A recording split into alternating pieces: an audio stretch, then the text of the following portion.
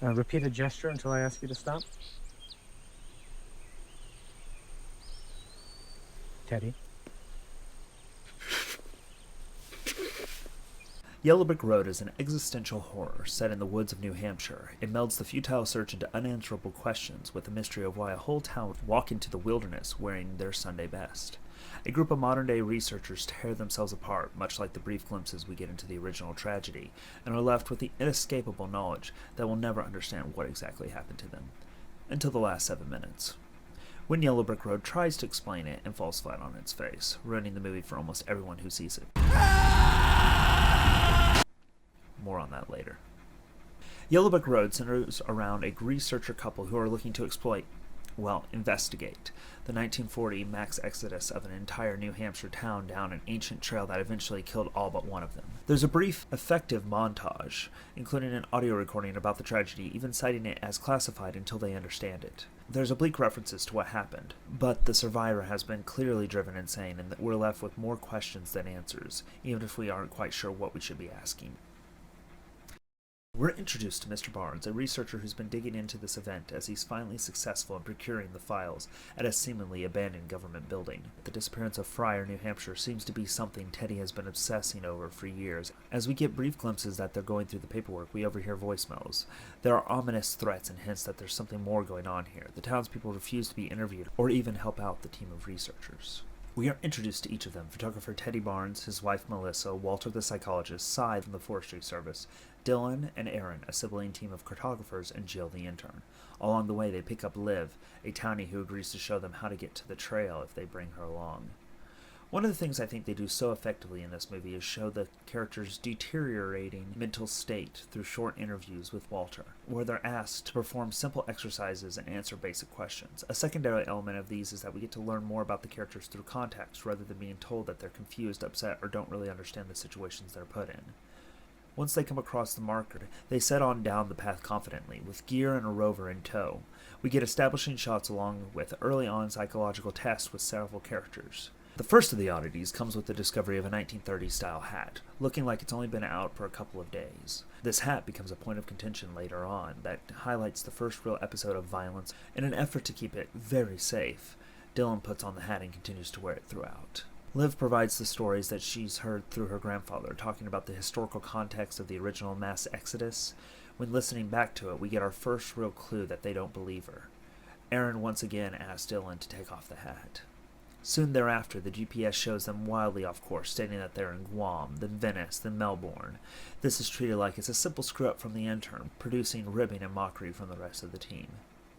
And then the music starts to play, as if drifted on the wind at first, then louder and stronger until all of them are hearing it.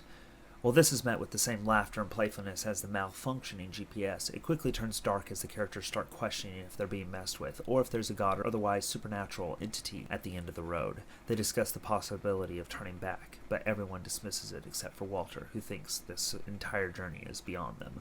This is where the cartographers take center stage. You see, their numbers don't match up. The compass is going haywire, and they are having to make calculations based off intuition in addition to their instruments. As the trail takes its toll on the party, they are the factual center of the group. They are charting their course, leading them toward the center of the trail, towards whatever god might be there. They also know the way back. As they travel forward, the music starts and stops, usually with a concussive sound, almost like a needle ripping off a record, wearing on the nerves of the survivors. The music falls away. We get to see Teddy's psychological test. He begins to cry, proclaiming he misses the music.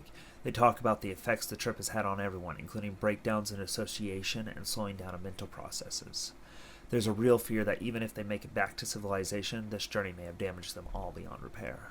Liv reveals to Teddy and Melissa that she has been lying. She didn't know her grandfather, but she did grow up in Fryer, New Hampshire.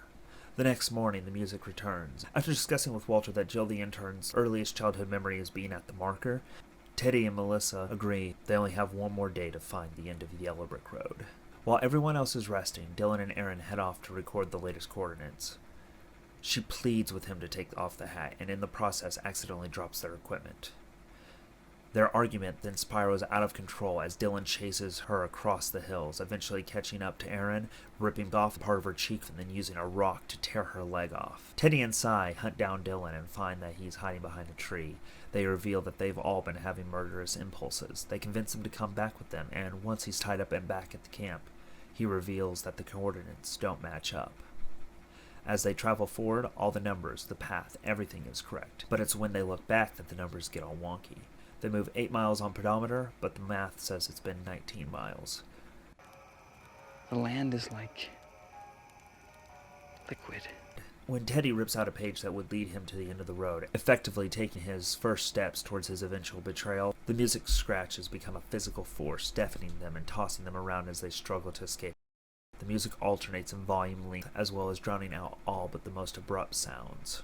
The concussive feedback dogs them until they discover a roadblock of brush and other detritus, along with Erin's body ripped apart and put back together like a scarecrow.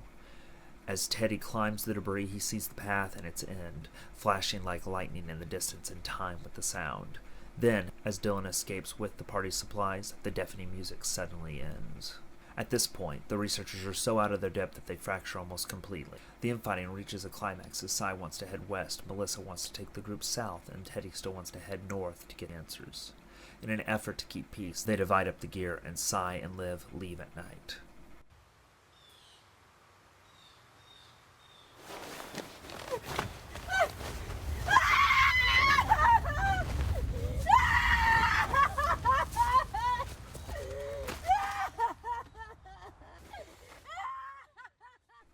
The next morning, Teddy leaves camp alone to pursue the end of the road.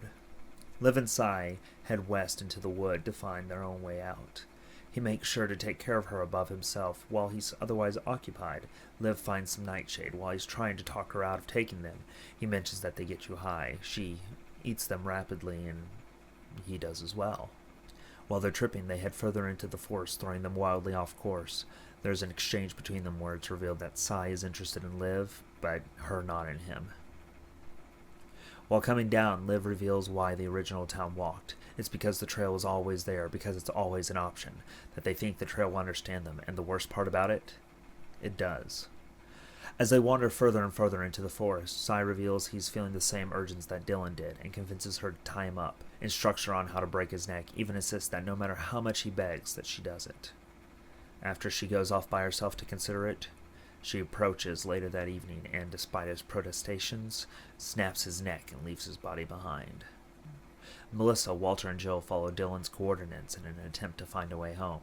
During their journey, we see Jill reciting memories to herself, obviously losing touch with reality. Melissa unveils the bag of candy they've been using to keep up their strength, only for Jill to eat it all while the others slept. The next morning, they give her the silent treatment, and she kills herself by walking off the side of a cliff.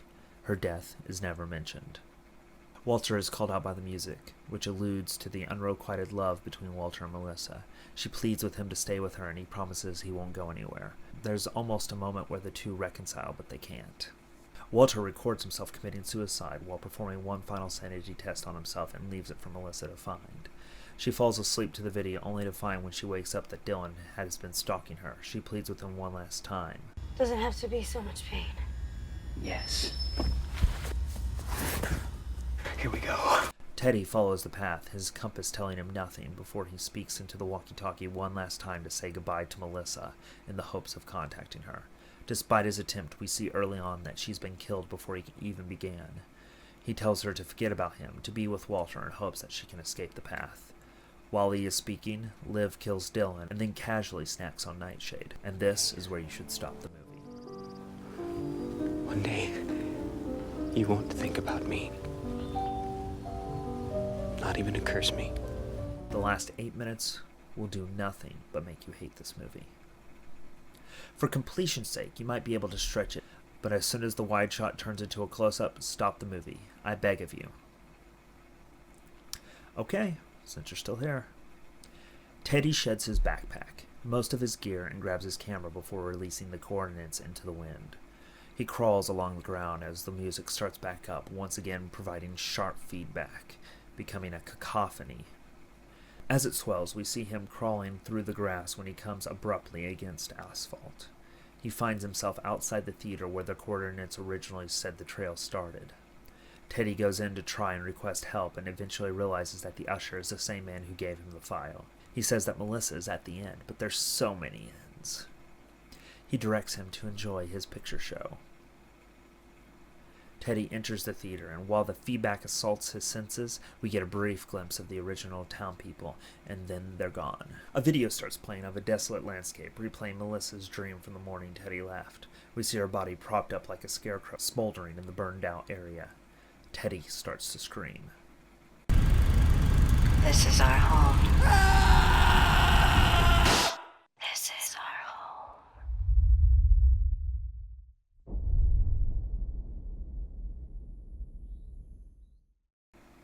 Cut to black.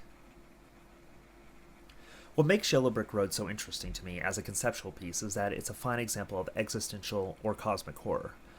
Existential horror was popularized by H.P. Lovecraft in the 1920s. It is denoted by the indifference of the universe and the forces that run it. Humanity is such a blip to them that we will never be able to affect these creatures that are older than time. Add to that, merely glimpsing the creatures Lovecraft used in his mythos will drive you insane. We have a land where bad things happen and there's no real explanation for them. It's a trail that knows your innermost fears and plays upon them, making you forget everything you knew before and dwell on the torture. It's something we see played out through the interviews and moments like Jill the intern commenting facts about her past to herself as she wanders behind. In many ways, the ebb and flow of the land, where keeping measurements mean nothing and the trail plays off your emotions, well, I honestly believe that this is the closest we're ever going to get to a House of Leaves movie. However, the music floating high above the trees has to be my favorite part. It's something that the characters adapt to, play with, but eventually are driven mad by it. They become violent, antisocial, and give it will, with Sai commenting at one point that of course it's doing it on purpose. Then you have the moments where it becomes a physical force, throwing them around and distorting gravity. There's not much actual blood and gore in here, but what is present is effective. This is a piece that is more about building up anticipation and exploring these characters, rather than having another slasher. In fact, most of the movie takes place during the daytime, with more character-centric scenes at night when they've set up their camp. So for me, it's quite an accomplishment that they were able to instill moments of dread throughout.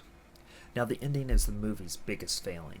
I've shown this to several friends and paused it after his walkie-talkie speech and took the temperature of the room. They loved it. I warned them against the ending, but as with most people, they wanted to soldier on. As soon as the credits started, there was universal hatred for the movie. What the creators were trying to do was create a Lovecraftian-style creature, something ancient and evil. They tried to imbue this into the usher, but the hints are not there throughout, and the ending instead feels rushed and hollow. There's a subgenre of horror that I like to call recursive hell movies. These are things like 1408, Jacob's Ladder, Baskin, and even Silent Hill. These are where, for lack of better terms, they were in hell the whole time. That every decision they make was either a futile attempt to escape, or alternatively, the decision sent them to the hell that they're never going to escape from.